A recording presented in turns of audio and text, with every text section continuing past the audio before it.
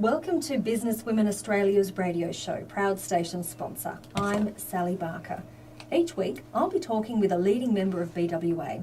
These inspiring business leaders are very generous in sharing their stories, insights and expertise. Joining me on the show today is Pauline Bright from Bright Business. How are you, Pauline? Fantastic, thanks Sally. Now, we had a great chat last week. Now, today we're going to talk about how to maximise the value of your business. Now, how important is it for you to understand the value of your business to start off with? Well, a lot of people go into business to buy themselves a job. And sort of that's the starting point, really. But if you look at your business as an investment, then it's a totally different perspective because it's supposed to give you a return as well. So not only should it pay you good money to be working in it, but it also should be increasing in value as you go, so that at the end point, at some point, every business is for sale. Every business, that it comes to an end. And if you understand that at the beginning, you can start to build the value into it so that it can be sold or it can be run under management or whatever. It's a different mindset completely. Yes. Instead of I like that term. Don't buy yourself a job, because that's what a lot of people do when they leave full-time employment to start their own business. They are ultimately thinking, well, I'm just going to buy myself a job. I'll be my own boss. Yes. Yeah. And it's not always as easy as they think it is either. No. So they might be good at the technical work of their business, but they've never really thought about the marketing and the sales and the processes and managing people, and they end up doing jobs that they don't particularly like. They go into business because they wanted to be an accountant or a doctor or whatever, and then all of a sudden decide that or discover that they're doing things they don't like, people management and process management. So it's important to know what you are actually building. What did you set out to do? And look at it as an investment rather than buying the job, Yes. as you said. Yes. So let's talk about the parallels of property and business. Okay, so what does that mean? So if you think about a business, if you bought a business, let's think about buying real estate. Would you be buying a renovator's delight? So a lot of really astute business people can go in and look at a business and think, there's so many things I can change here, so many things I can actually grow this business. So you can look at it as a fixer-upper, if you like, or you can look at it as something like a build-on, an addition. So it's already good, it's got potential, but you could actually make it better and realise more of the investment potential out of it. Or you could even look at having a business where, so this is when you get into franchising, licensing, things like that, you look at it as a block of units.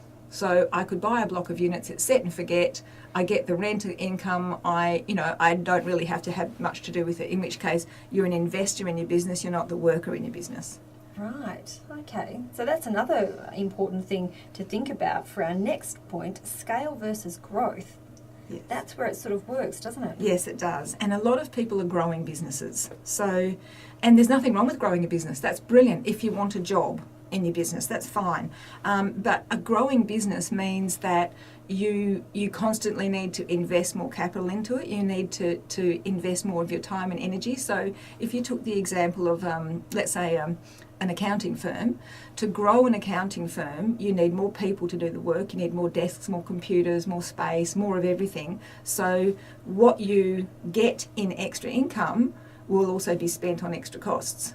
So the difference though, if you scale a business, you can look at a business, and this is where the disruptor process comes in as well. You can look at the business and go, how could I make this business run better, smoother, without injecting more capital into it? So I might look at a business and go, I could take some of that IP that's in the business and I could license that, and I could sell it to, for example, other accountants.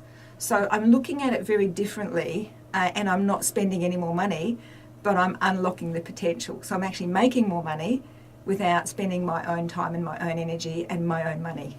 Because I think that's what a lot of small business owners think. To increase or maximise the business, we have to put more money in terms of growing the business rather than looking at how can we scale rather than grow.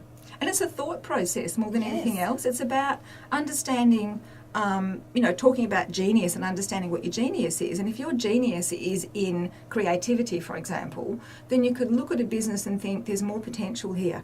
And if this industry has been disrupted, then where do we go from here? There's opportunities, even though disruption is a bad thing in the sense that, you look at it as it will cripple an industry. it also opens up doors as well. So if you think about it, you could probably do more with a business than you're currently doing, just by thinking differently and taking some different actions, and really educating yourself and working out who's in my network that can help with this stuff as well. So what about you have an established business and you'd like to, let's use the word grow, and you don't have the capital to put back into the business? What about getting investors in? Is that still the same sort of thing? Yes, it is. It is in the sense that you are asking people to invest in your business with an expectation of return on their investment. But you could get other people to invest in your business in the sense of being able to grow and scale. So investing in someone who can help you invest in technology, for example.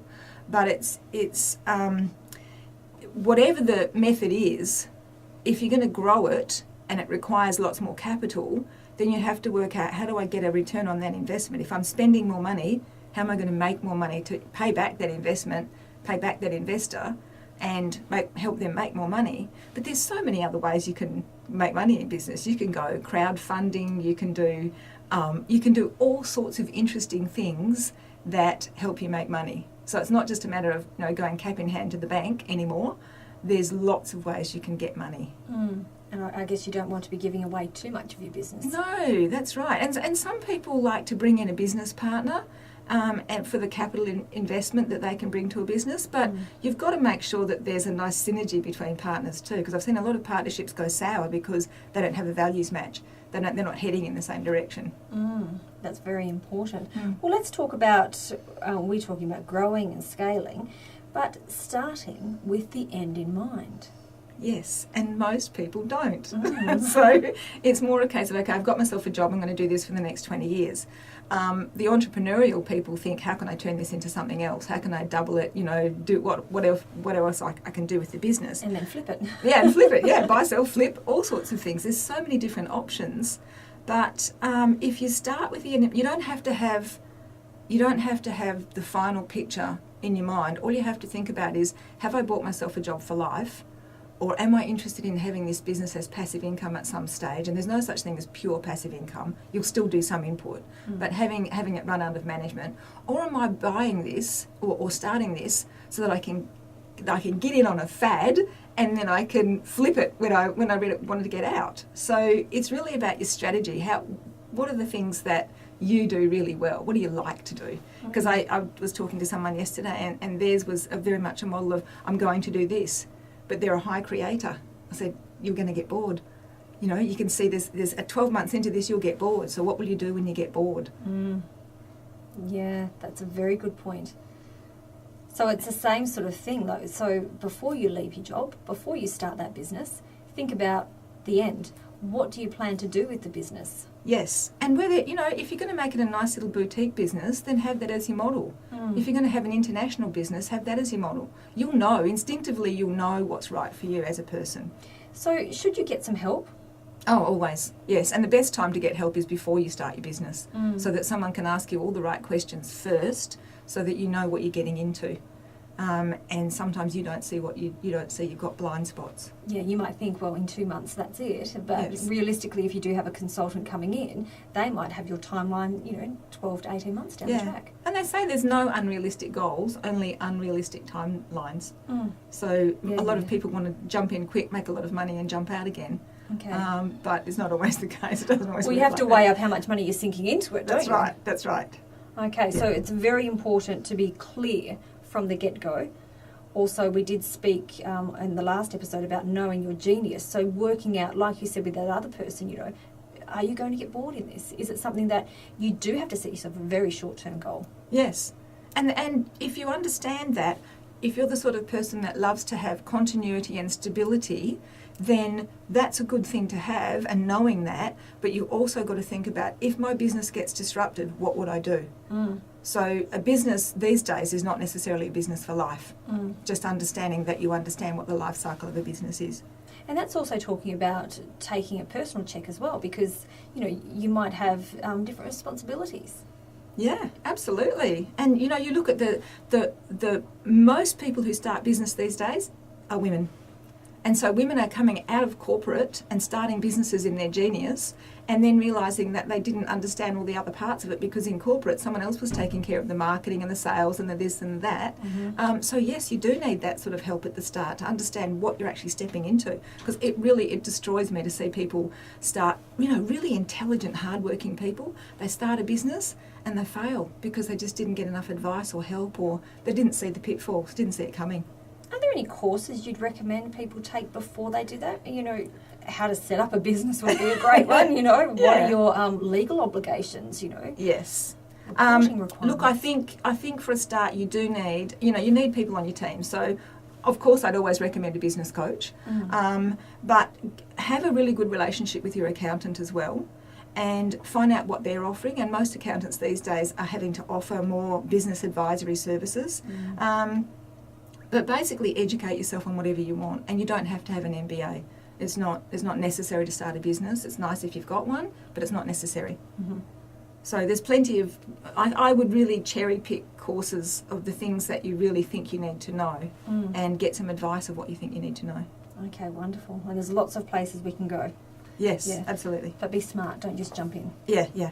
Okay, wonderful. Thank you so much for joining us on Business Women Australia's radio show. Pauline Bright from Bright Business, proud station sponsor. Thank you.